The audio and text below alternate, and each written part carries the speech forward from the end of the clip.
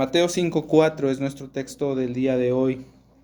Bienaventurados los que lloran, porque ellos recibirán consolación.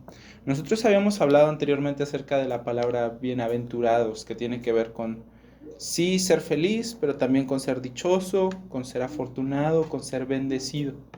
Cuando tú piensas en las bendiciones de tu vida, ¿en qué piensas? ¿En qué piensas cuando tú dices, Dios bendijo mi vida de esta manera? Y yo quisiera, no que me lo respondieras, sino que tú lo pensaras sobre las cosas que tú cuentas como bendiciones.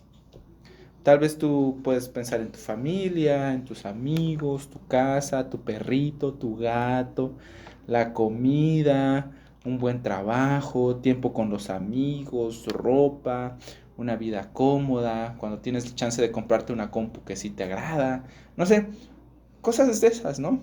Cosas de esas. Pero mira lo que dice aquí el texto, bienaventurados los que lloran. Tal vez ni tú ni yo podríamos contar el llorar como una bendición. Tal vez no sería lo primero que vendría a nuestra mente. Tal vez no.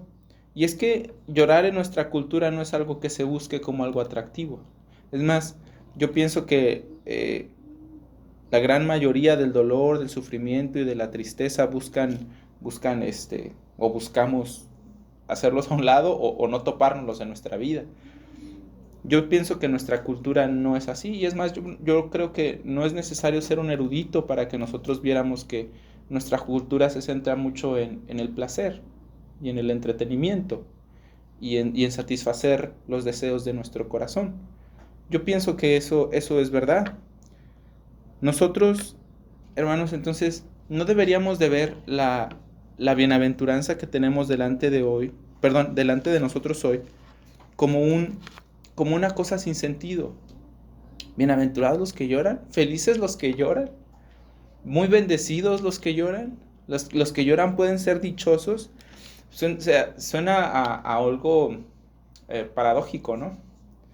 Pero las paradojas no necesariamente son algo que es contrario o opuesto a la lógica. Hay muchas definiciones así en el internet que dice la paradoja es algo que es opuesto a la lógica, opuesto al sentido común. Y esto no es así. Si tú buscas la raíz de la palabra, tiene que ver con algo que parece que no es lo común. Ujú. Así que nosotros debemos de recordar que el reino de Dios es un reino diferente, tiene un carácter diferente. El Señor Jesús estableció su reino sobre las bases del amor y del sacrificio, no de la conquista y de la fuerza como la mayoría de los reinos. Y teniendo un origen diferente y un carácter diferente, entonces el reino de Dios también es diferente a lo que nosotros podríamos esperar. Ah, y es por eso que nosotros debemos de ser un poquito más atentos en lo que el Señor Jesús está diciendo. El estándar de nuestra sociedad hoy es ser feliz, tener una buena vida. Si no tienes una vida así de gente rica, por lo menos una vida cómoda, una vida donde no sufras, donde estés bien, tengas tu casita, tus hijos, te casas. Si no quieres tener hijos, pues no te casas, pero tú haces tu vida y haz lo que quieras. Sé feliz y busca lo que a ti te complazca. La palabra de Dios nos enseña que los que lloran son verdaderamente felices. Pero la idea común es que en la felicidad no cabe el llanto triste, nacido del dolor del corazón. Parecen cosas muy contrarias, muy contrarias. Así que lo que nosotros vamos a intentar hacer hoy por la mañana, nosotros vamos a ver quiénes son estas personas que lloran, primero. Segundo, por qué lloran. Ajá. Y después, cuál es el consuelo que tienen. ¿Sale? Bien. Entonces, comencemos analizando esto. Ah, los que lloran. ¿Por qué lloran? Esta bienaventuranza tiene que ver con toda clase de dolor, tal vez sería lo primero que yo pensé esta semana. Es para todos los que están agüitados por cualquier razón.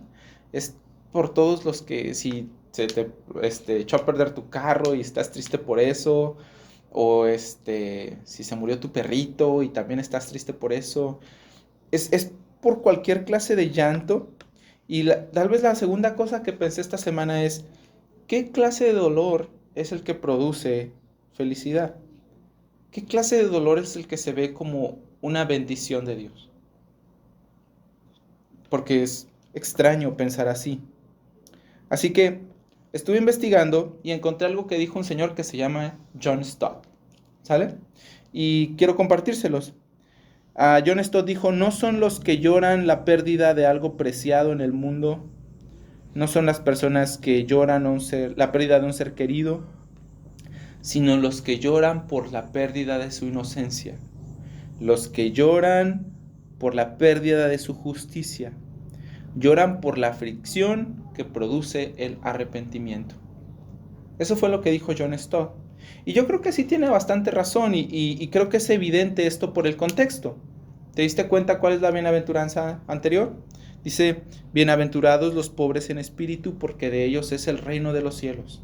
Las personas que se ven en completa necesidad respecto a su alma, sin nada bueno que dar, sin nada bueno en ellos mismos.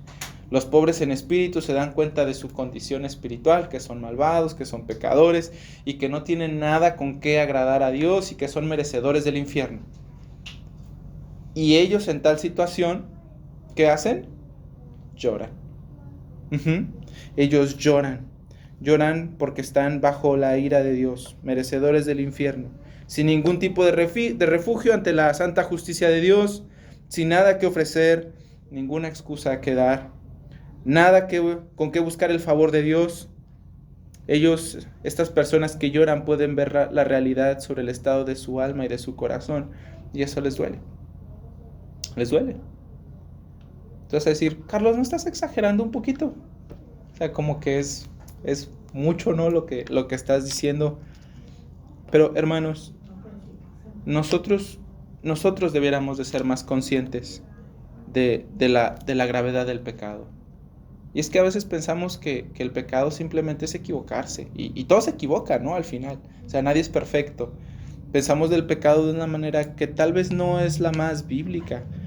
A veces pensamos de nuestro pecado como si fuera algo pequeño.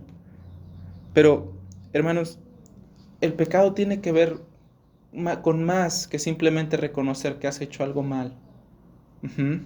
Tiene que ver con más que simplemente decir que sí has cometido algunos errores en la vida y pues ya, ni modo, ¿no? Mira, yo estuve pensando mucho y estaba pensando llorando, ¿cómo pudiera yo darles una buena ilustración de lo que el pecado es y lo que el pecado hace?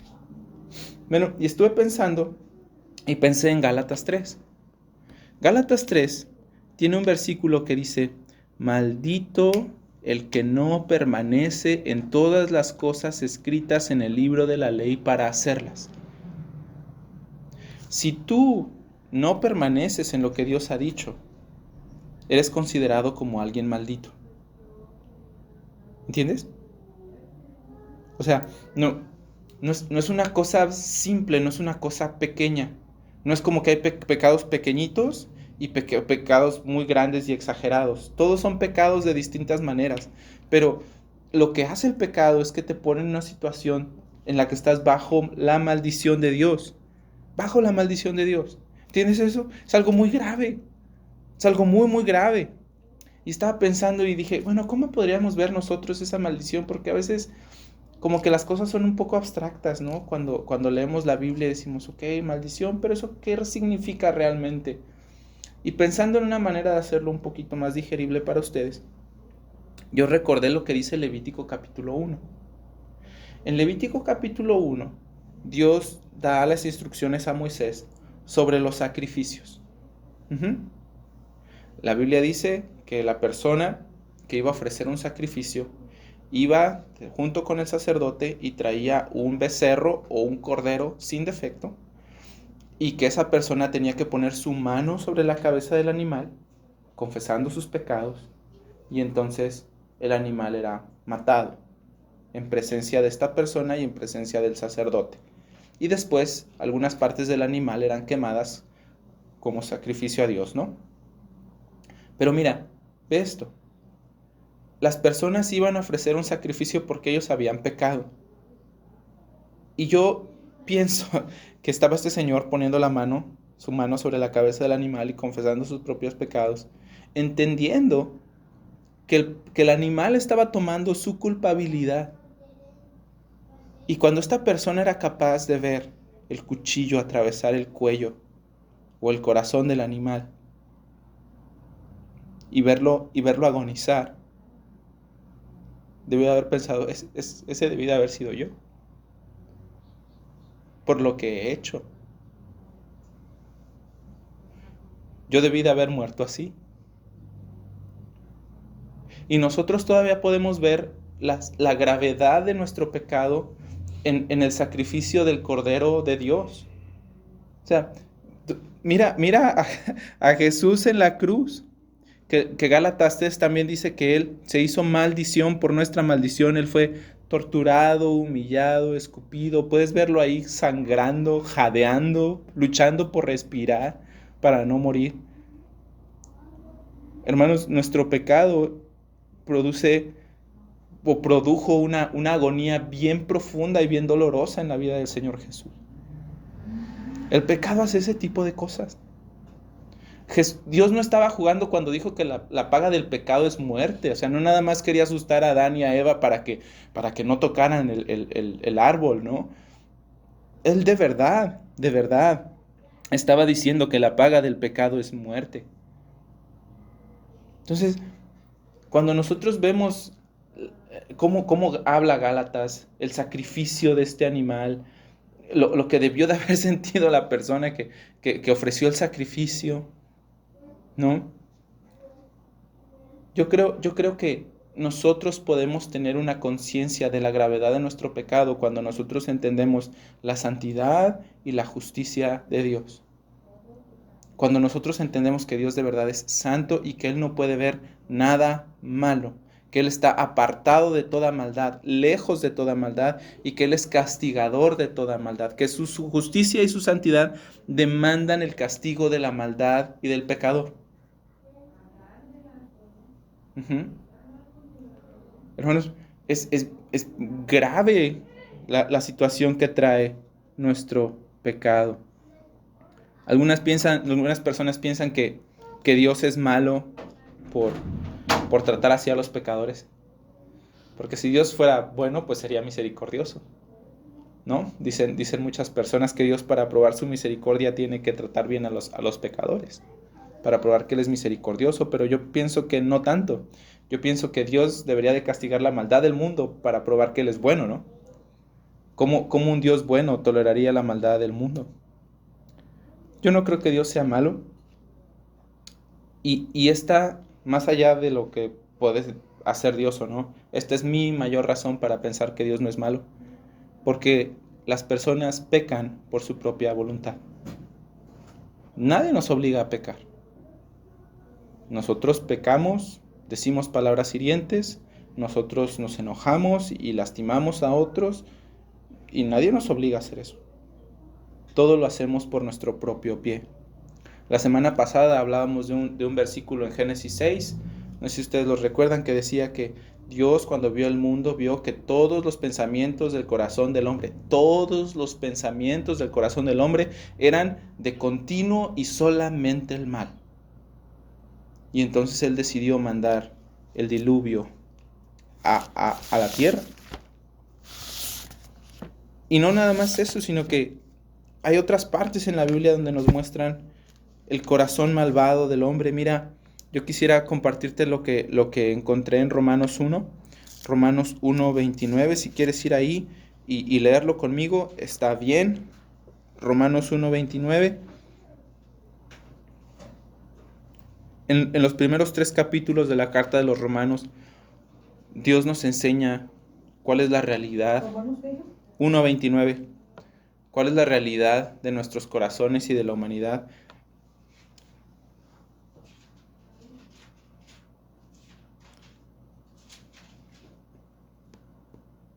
Voy a leer desde el 28.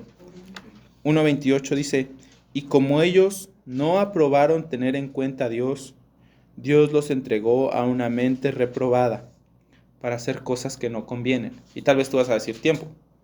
Tú dijiste que nosotros pecamos por nuestro propio pie. Y aquí la Biblia dice que Dios nos entregó. Cierto. La idea en el texto de entregar, en la manera en la que se escribió el texto originalmente, es que Dios simplemente quitó su mano. Ajá. Nos dejó. Es como cuando Leví me quiere quitar algo de la mano y yo la tengo cerrada y simplemente la abro. Ujú. O sea, Dios no nos entregó con Satanás diciéndole, mira, toma a este pecador para que se le quite. O sea, eso no fue lo que Dios hizo. Lo que Dios hizo simplemente fue que abrió su mano. Ujú. Y entonces nosotros pecamos como quisimos. Entonces dice ahí que como ellos, los hombres, no aprobaron tener en cuenta a Dios, Dios los entregó una mente reprobada para que hicieran cosas que no convienen. Escucha el 29. Estando atestados, ¿entendemos esa palabra? Llenos de. Así como cuando un pedazo de madera está lleno de polillas, que está ya podrido y hueco, ajá, que tiene muchísimas, eso es atestado. Ujú.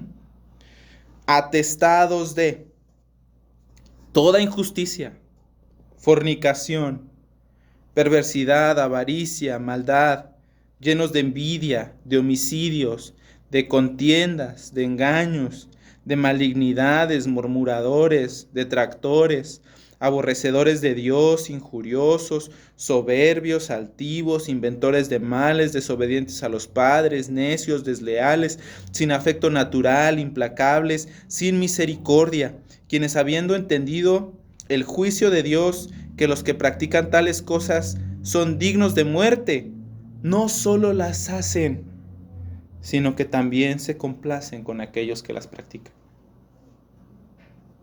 Este es el corazón del hombre. Este es el corazón de un hombre naturalmente. Ese es.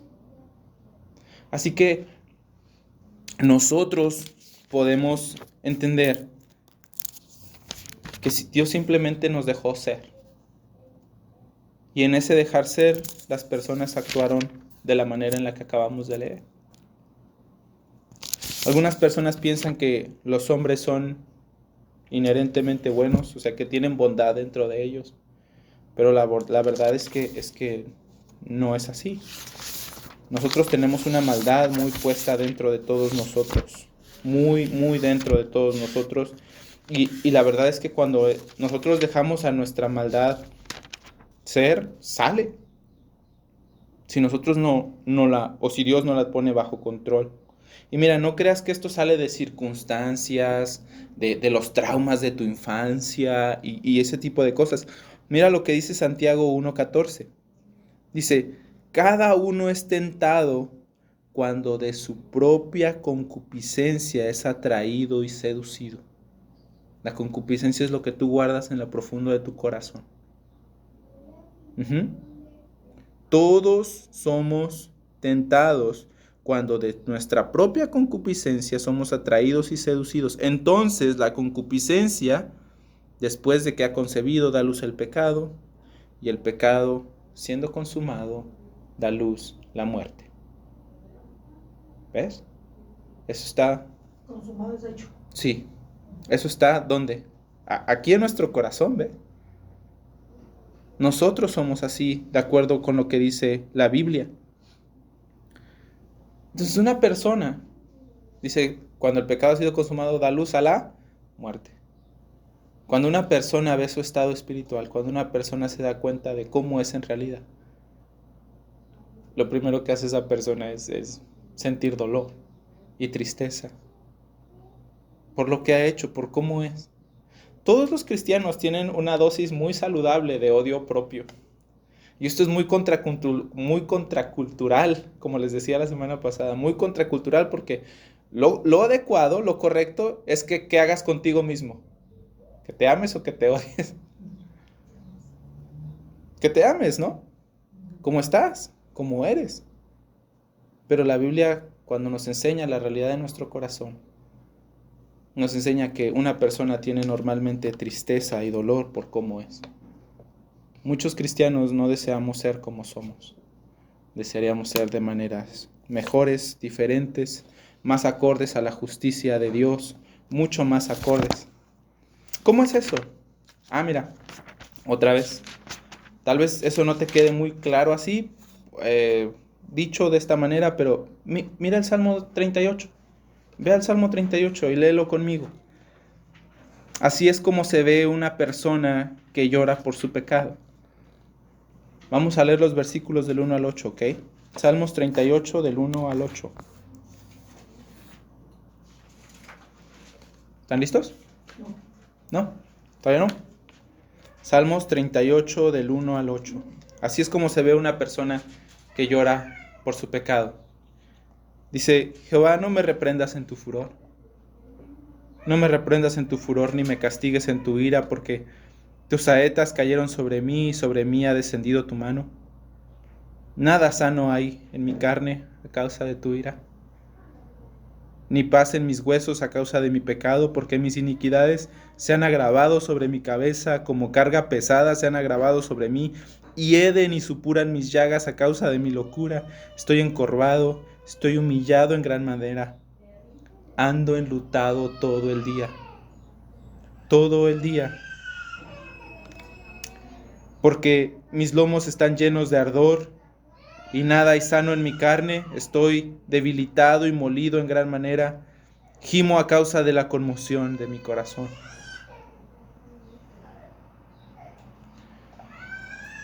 Así se ve una persona que llora por su pecado. No es depresión, no es miseria, no es mal humor, es un profundo dolor y una profunda tristeza por su propio pecado.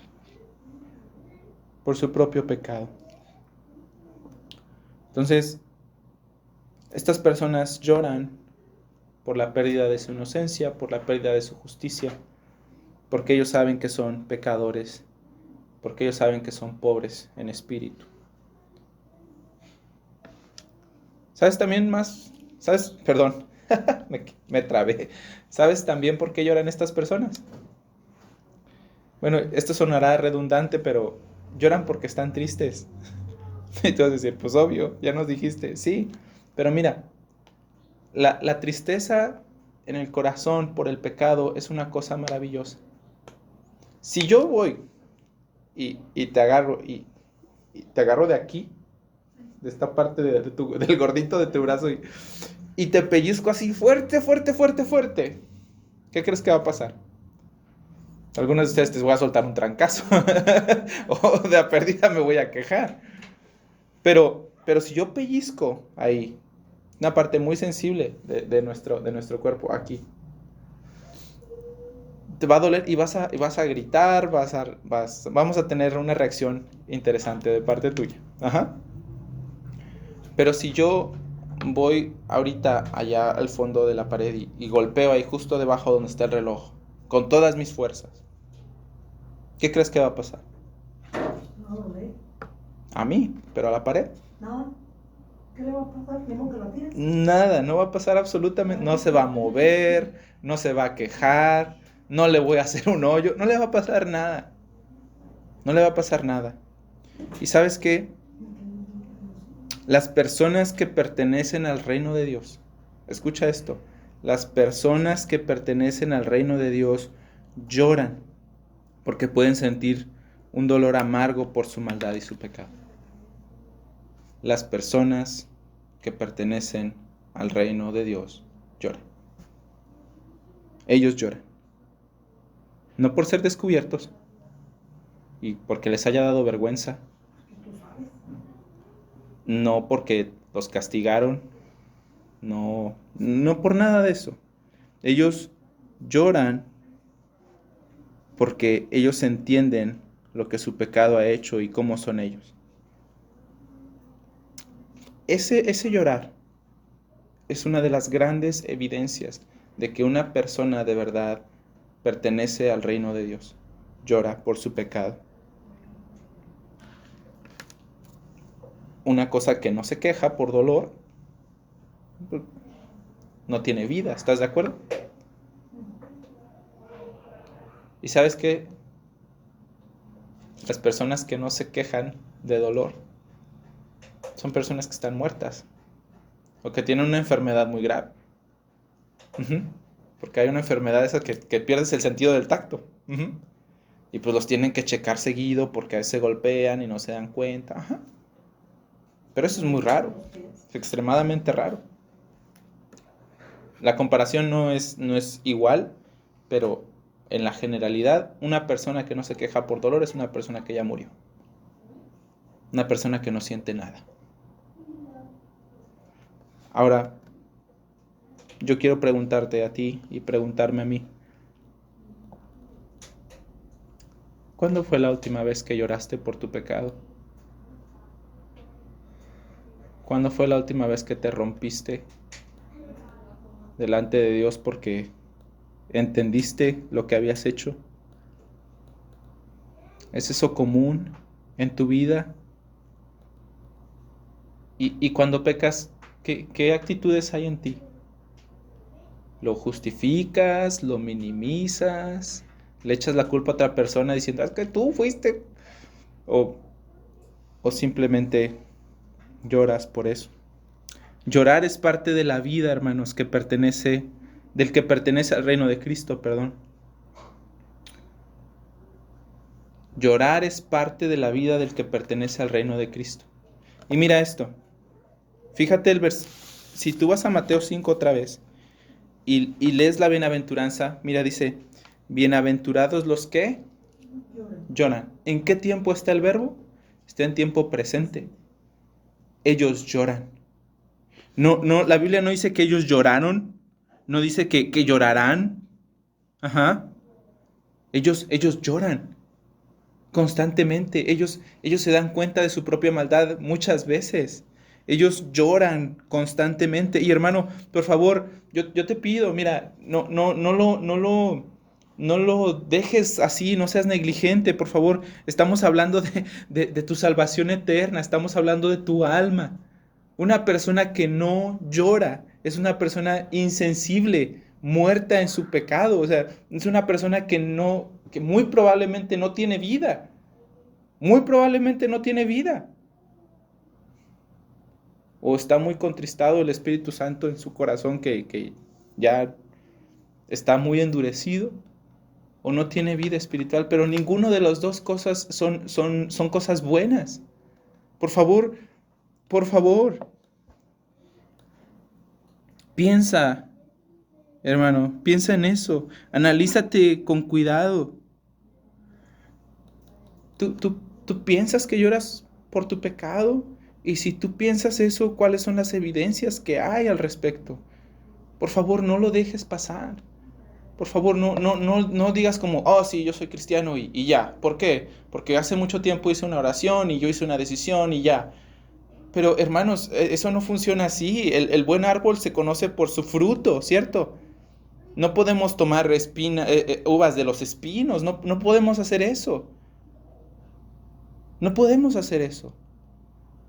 Un buen árbol se conoce por su fruto y tú debes de ser sincero contigo mismo y tú debes de analizar respecto a si esta característica de aquellos que pertenecen al reino es tuya.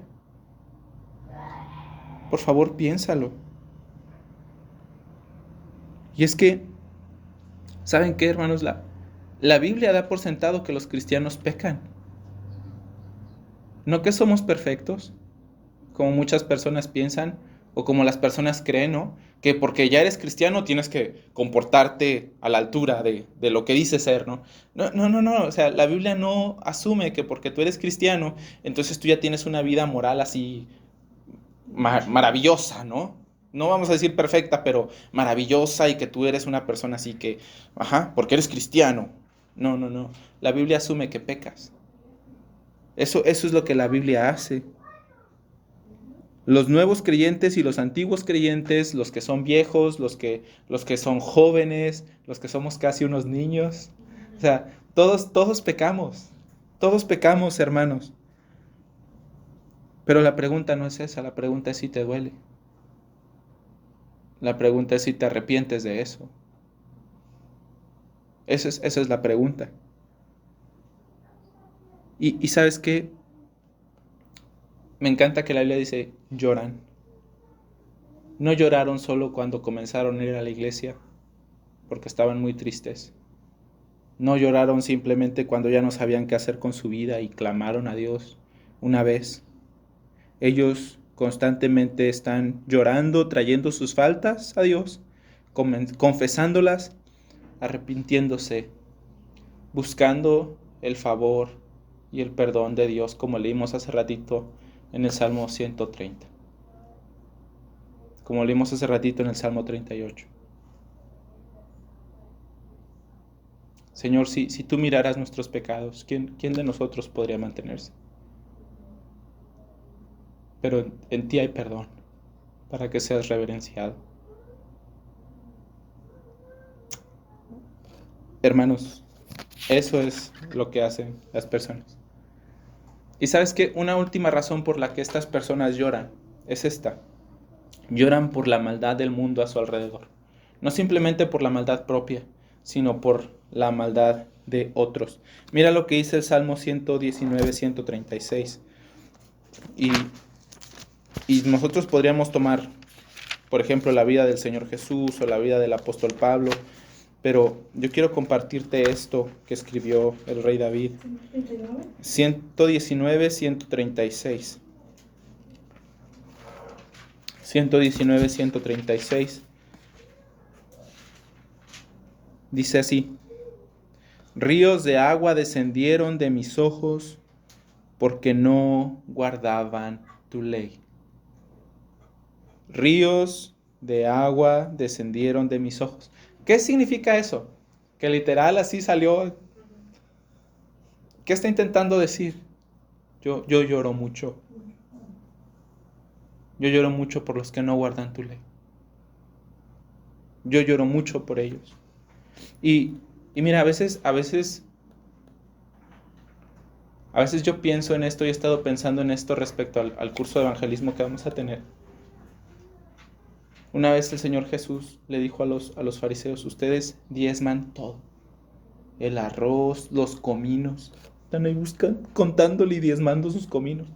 Ustedes diezman la menta, el comino, todo. Pero se han olvidado de lo más importante. De la justicia y de la misericordia. Mira, a veces nosotros estamos tan contentos de tener una buena semana nosotros. Y ya no volteamos para otro lado. El rey David dice: yo tengo ríos de agua en mis ojos por los que no guardan tu ley.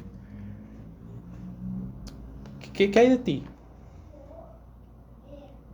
No nomás te agüitas por lo que el mundo pasa, pero no nada más de decir, sí, está bien fea la situación, sino de decir, de verdad, me lastima cuando ves a alguien reaccionando siendo grosero en la calle, cuando alguien está tratando mal a otro, cuando sabes que una de tus amigas ya está embarazada y todavía no se ha casado y está sufriendo. ¿Cómo tratas ese tipo de situaciones? Cuando alguien en tu trabajo está haciendo algo que no debería de hacer. Y no nada más decir, sí, pues así son. Sí, pues es que así es en la maquila. Sino que produzca dolor en tu corazón. Y le decía que me acordaba del Señor Jesús, porque el Señor Jesús decía: ustedes diezman todo, pero se han olvidado de la misericordia, de la compasión por otros, especialmente por los que no guardan la ley de Dios. Mira, si a un amigo tuyo se le pierden 500 pesos, si pierde su carro, sí, me explico, son cosas que se recuperan. Pero si tu amigo no ama a Dios y si tu amigo nunca decide someter su vida al reinado del Señor Jesús, él se va a ir al infierno. Y eso va a ser para siempre. Y es lo peor que le va a poder pasar y no es reversible. ¿Qué hacemos con esas personas? Con las que sabemos que viven bien mal, con los que sabemos que tienen como 3 novios ahí en la maquila. ¿Qué hacemos con ellos? ¿No da coraje? A mí me da coraje. Sí, pero al rey David no le daba coraje, le daba tristeza. ¿Y sabes qué hacía el rey David? El rey David llevaba gente a la casa de Dios y buscaba acercarlos a Dios. Nosotros, hermanos, también necesitamos crecer en esa parte. Y les decía, podemos tomar, por ejemplo, la vida del apóstol Pablo, ¿no? O la vida del Señor Jesús,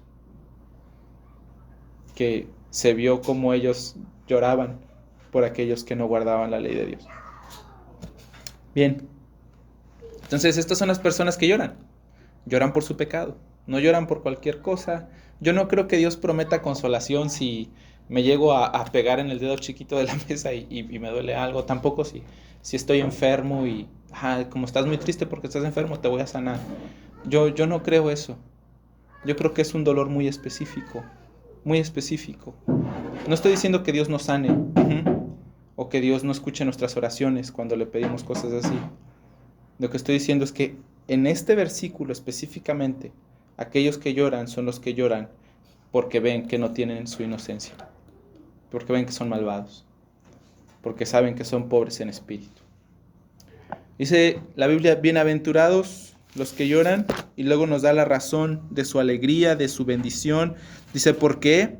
Porque ellos recibirán consolación. Pues siendo consciente de la realidad personal, de su propio corazón, una persona va a buscar misericordia. Y ya no puede conformarse con un mísero consuelo mundano. ¿Qué le vamos a dar a una persona que lo haga olvidarse de la condenación de su alma? ¿Un PlayStation? ¿Un carro? ¿Una casa nueva? ¿Qué le vamos a dar frente a la realidad de una eternidad lejos de Dios y lejos de la realidad de su propio corazón? ¿Qué le damos? Una persona que de verdad entiende su condición no puede consolarse con algo tan mísero como algo que el mundo ofrece. No es posible. Y entonces, en esa agonía de corazón, él regresa a Dios pidiendo, llorando, como leímos en los Salmos hace ratito: Señor, ten compasión de mí, perdóname, como dice el Salmo 51, límpiame de mi maldad, límpiame con un hisopo. Los hisopos son los cotonetes, hasta lo más profundo, la última parte, el último rincón de mi ser, límpiame y seré más blanco que la nieve. Límpiame. Eso es lo que hace. Mira, la tristeza que Dios da, hace ratito te decía, ¿qué tipo de tristeza es la tristeza que conduce a la alegría? ¿O qué tipo de dolor es aquel que nos hace felices y nos hace bendecidos? La respuesta está en 2 Corintios 7:10. 2 Corintios 7:10. 2 Corintios 7:10.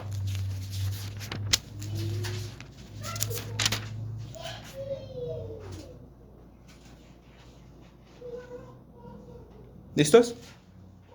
Dice, porque la tristeza que es según Dios produce arrepentimiento para salvación, de que no hay que arrepentimiento para salvación, de que no hay que arrepentirse, pero la tristeza del mundo produce muerte.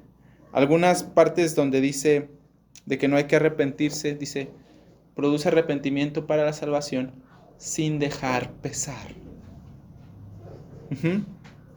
Dios perdonará todo, no dejará ningún tipo de pesar. La razón por la cual el llanto y la tristeza son una bendición es porque producen arrepentimiento en nosotros, y ese arrepentimiento produce salvación. Dios perdonará al pecador si él busca su perdón. Dios perdonará al pecador y lo limpiará. Es esa la razón por la cual uno que llora es feliz. Piénsalo de este modo.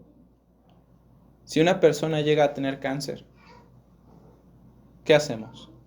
No le decimos. Y es que tal vez imagínate la escena, que es una escena muy triste. Una persona va al doctor porque se siente cansado y piensa que nada más necesita vitaminas. El doctor le hace un estudio y le dice, amigo, pues es que tienes cáncer. No, pero no me siento mal. ¿Y qué hace el médico? Mira tus radiografías, mira tus estudios, ajá, y va sacando prueba. ¿Qué está haciendo el doctor? Siendo un miserable y lastimando el corazón de esta persona. Pero él necesita decirle su condición, ¿verdad? Para que entonces él teniendo las pruebas pueda, sí lo va a hacer sentir muy mal, pero lo va a hacer entender y va a buscar su tratamiento y esa persona va a poder salvar su vida, tal vez, ¿cierto? Pero ellos necesitan escuchar primero su condición para entonces buscar el tratamiento, ¿cierto? Es lo mismo que está diciendo según a los Corintios aquí. Esta tristeza que Dios produce en nosotros produce arrepentimiento, que va a hacer que nosotros le busquemos a Él. ¿Pero qué significa que dice? Porque la tristeza que es según Dios, ¿cómo que según Dios? La tristeza que Dios da. Hay dos tipos de tristeza. Hay una que es según Dios. ¿Por qué es según Dios? Hay algunas traducciones lo ponen la tristeza que viene de Dios. Hay una tristeza que viene de Dios, una tristeza que Dios usa para nuestro bien, que trae arrepentimiento. Y hay otra tristeza que paraliza, que en donde no hacemos nada. De hecho, una vez el apóstol Pablo, escribiendo esta carta, la segunda carta a los Corintios, les escribe a los Corintios diciéndoles, en mi primera carta yo los regañé bien feo. Dijo, pero les hizo bien entristecerse. Les hizo bien entristecerse, porque entonces ellos pudieron arrepentirse y cambiar varias cosas que el apóstol Pablo les había señalado. Esa es la tristeza de Dios. Una tristeza que no nada más se queda ahí diciendo, ay, pobrecito yo, qué miserable soy. Sino una tristeza que produce algo más, que lleva un fruto. Y ese fruto es el arrepentimiento. Al final el arrepentimiento produce salvación. Esa es la razón por la que ellos pueden ser felices. Entonces, más o menos así. Explicado de otra manera. Ustedes saben la parábola del hijo pródigo, ¿verdad? ¿Sí? ¿Se acuerdan que está este hijo que le dice a su papá, papá, dame mi herencia? El muchacho se va, gasta todo y al final está ahí queriendo comer de lo que comen los puercos. Y dice el versículo 17, después de que volvió en sí, pensó y dijo, voy a regresar a la casa de mi padre. O sea, el peor de los trabajadores de mi papá tiene que comer ahorita. Y le voy a decir, papá, yo he pecado contra el cielo y contra ti. Ya no soy digno de que me llames tu hijo. ¿Te fijas? Tristeza y pobreza de corazón. ¿Ya viste? Hay dolor por el pecado que cometió. Se equivocó, entendió. Cuando volvió en sí, él dijo, voy a ir con mi padre, le voy a decir estas cosas, le voy a pedir que me acepte.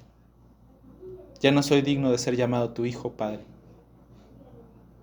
Pero, ¿qué pasó? El padre lo acepta y todavía ni siquiera llega el muchacho, lo ve llegar de lejos, el padre sale corriendo a abrazarlo, le pone un anillo y le dice a sus siervos, quítenle sus ropas sucias, pónganle ropas nuevas, ropas de gala, maten al becerro gordo, vamos a hacer una fiesta porque mi hijo se ha perdido, pero ya lo encontré.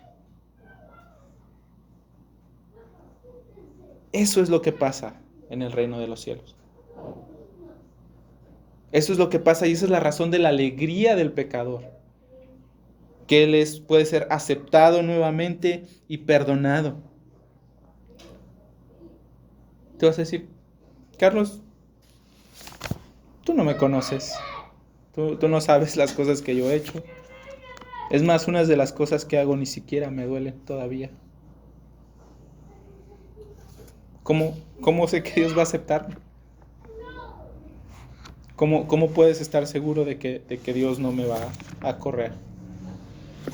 Porque tú no sabes lo que yo soy, pero yo sí sé lo que yo soy.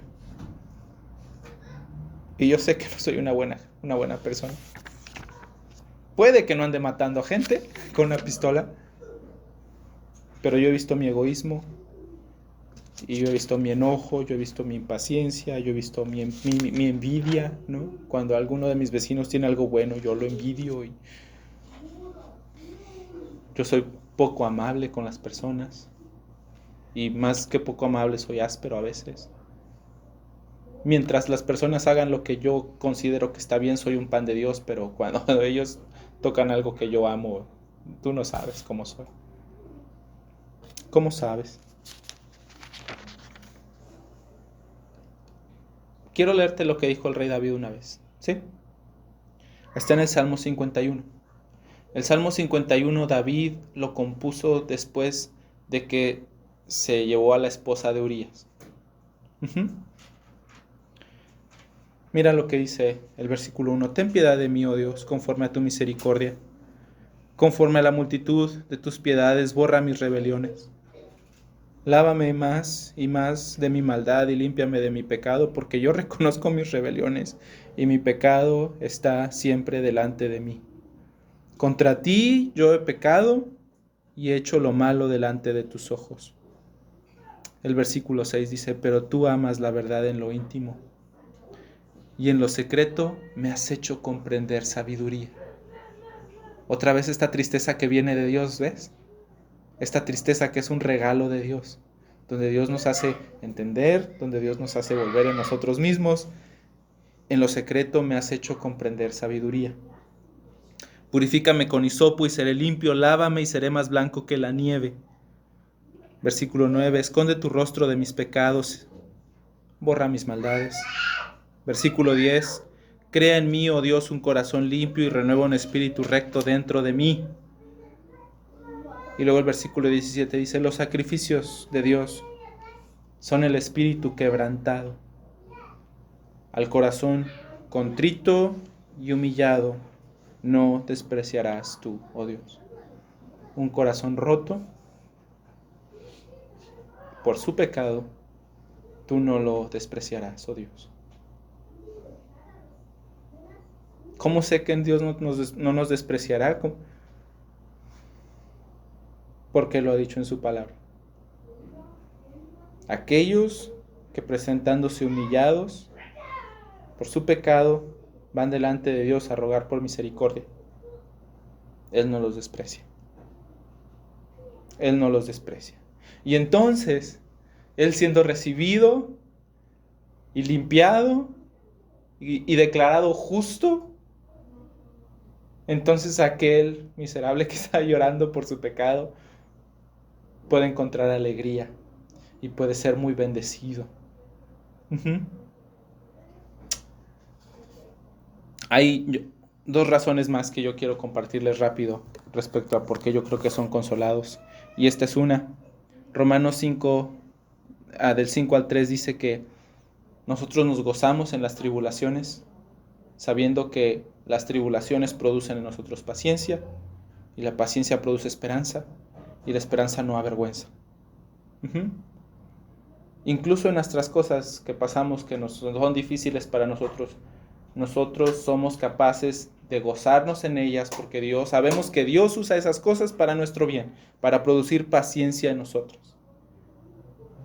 Y una más que es mi favorita. ¿Te das cuenta que dice el texto, bienaventurados los que lloran porque ellos recibirán consolación? En futuro, recibirán. Pero mira cómo Dios es bueno. Dios no nada más nos consuela con su salvación, no nada más nos consuela con las cosas que pasamos a través de nuestra vida, enseñándonos a ser pacientes. La palabra de Dios dice en Apocalipsis 21, del 2 al 3, que llegará un momento en el que ya no habrá más dolor, ni tristeza, ni clamor, y Dios enjugará toda lágrima. No habrá más dolor. No habrá más dolor. De hecho, ese versículo 21 de Apocalipsis termina de la siguiente manera. En Apocalipsis 21-27, el apóstol Juan escribe esto. Escucha. 21-27. No entrará en ella, en la ciudad de Dios, ninguna cosa inmunda, o que hace abominación y mentira, sino solamente los que están inscritos en el libro de la vida del Cordero. ¿Sabes qué significa esto? Que va a llegar un momento en el que yo ya no peque, en el que yo ya no haga las cosas que me avergüenzan delante de mi Dios, en el que las cosas que producen tristeza y dolor a mi corazón sean quitadas por completo. No más pecar. No más. ¿Y qué consuelo es ese? ¿Qué consuelo es ese para los que se han dado cuenta de cómo es su corazón? ¿Qué consuelo es ese? Es un consuelo enorme. Para los que deseamos dejar de pecar con ciertas cosas y que a veces nomás no podemos comprender que Dios hará por su poder que yo deje de pecar. Si no es en esta vida que miren, no sé, pero yo pienso que Dios puede hacer todas las cosas en esta vida respecto a nuestro pecado. Podemos avanzar mucho, pero llegará un momento en el que no más. ¿Podemos abandonar nuestros pecados aquí? Sí. ¿Podemos abandonar nuestros pecados completamente? Pues no. Por ejemplo, si yo me enojo mucho, ¿puedo llegar a ser una persona muy paciente? Ya el enojo ya no me domina, pero tal vez pecaré en otras cosas. ¿Me explico? Voy a estar pecando constantemente en mi vida. Pero va a llegar un momento en el que eso se va a acabar. Así que, hermanos, por eso una persona puede llegar a ser feliz. Esa es la consolación que tiene. Perdón de parte del Señor, ayuda en su vida terrenal y al final nuestro consuelo final eterno con Él para siempre. Llorar por nuestro propio pecado y por el pecado de otros es evidencia de que de verdad nosotros le pertenecemos a Dios y de que de verdad somos parte de su reino, de que de verdad te has sometido a su voluntad como alguien que pertenece al Rey Jesús.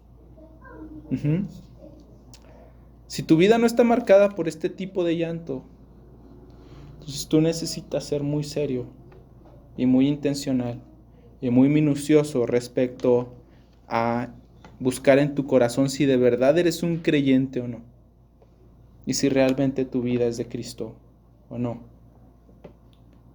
Algo que amo del Antiguo Testamento es que los profetas muchas veces dicen cosas bien feas de Israel, pero eso no es lo que amo.